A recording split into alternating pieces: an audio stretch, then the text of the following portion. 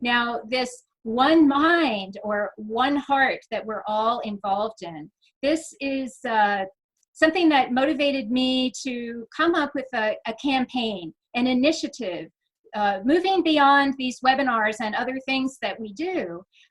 We'd like to start a campaign where we call it 11 a.m. love.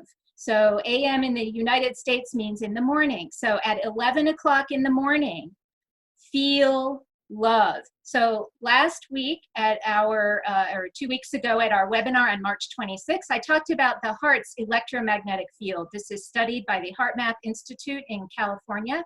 And this, I won't repeat it all, you can go back there to find out, but very basically, this electromagnetic field expands and contracts, emanating from the heart around our bodies. And it actually extends, really, we don't know how far, because that field expands and contracts based on our emotional state. And this field gathers information out in the world, and it radiates whatever it is we're feeling. And it has this sort of back and forth flow. And so we can tap into that. And we did that last week with our meditation, and we're going to do that again here. But first, I want to speak to one of the comments I saw in all the many comments that were left on the March 26th webinar. And one person said when she did this exercise, this focusing on the heart, imagining that her breath was moving in and out of the heart into a bubble, it made her cry. So many of you may also be having that experience. And so when some of us start to place attention on the heart, this can happen. If you're one of those people who's in horrible financial despair, or if you're one of those healthcare workers who really is, fearing for your life every day, you may not experience this as a beautiful feeling. And so I want to kind of switch how we do this exercise this week. I'm going to place the same recording that we had last time on the website so that you can do this at home on your own. And it's a 20-minute sacred acoustics recording with some basic guidance. And I'm going to embellish that guidance today a little bit and show you how you can also adapt the intention of this exercise on your own, according to your own, what it is you're trying to do in that moment. So for the meditation, as I said, we aren't able to play the sound over the internet. It doesn't work very well, but you have that recording to listen to at home. But I'm going to guide you through this visualization. And so right now, do what Eben's doing. I invite you to close your eyes and bring your attention to this moment. Here and now, calm and relaxed.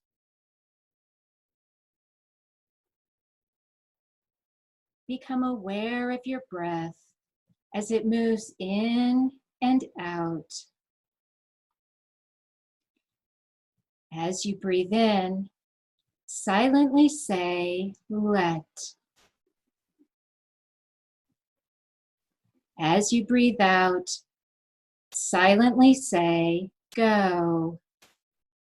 Let go. Quiet the mind. If your thoughts wander, gently bring your attention back to the breath and say to yourself, let go.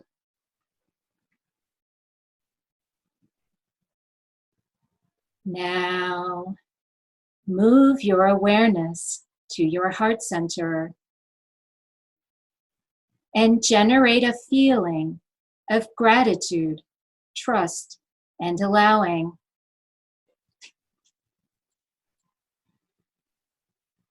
Now, imagine your breath is moving in and out of your heart. As you exhale, imagine your breath is filling up a bubble surrounding your entire body. As you inhale, imagine your breath is coming from all points of this bubble into your heart. Continue breathing this way. Now, from your heart center, move your awareness to below your body, down, down, all the way into the center of the earth. Feel your strong and stable connection to the earth. As you continue to breathe, imagine your exhale is filling up the entire earth. Imagine your inhale is coming back to you from all points of the earth. Continue breathing this way.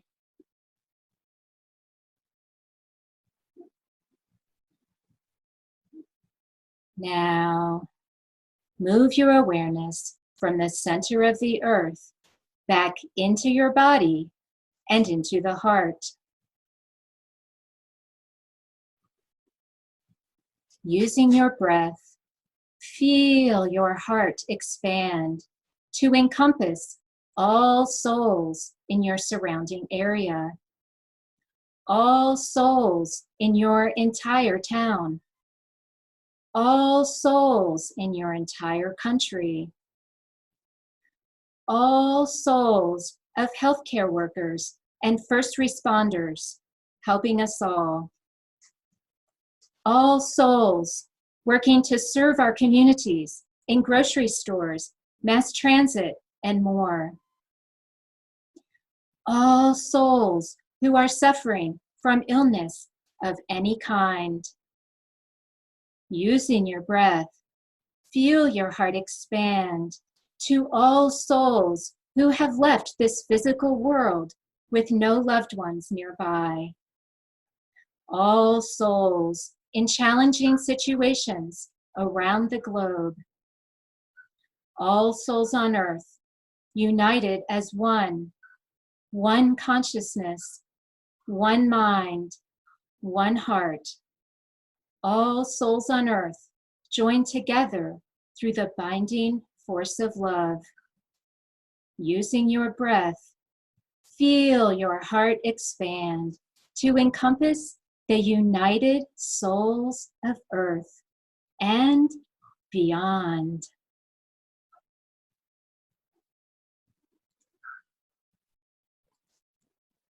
Now, return from your experience and remember.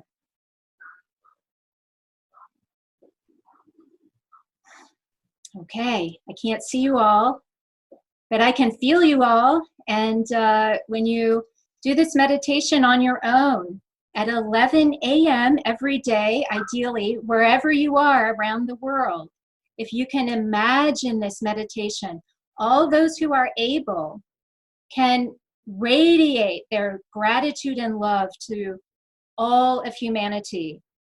All those of you who feel less than strong and stable, who feel lonely, who feel despair, who feel bored, all of you, this is your opportunity to open your heart and receive all the love from the rest of humanity.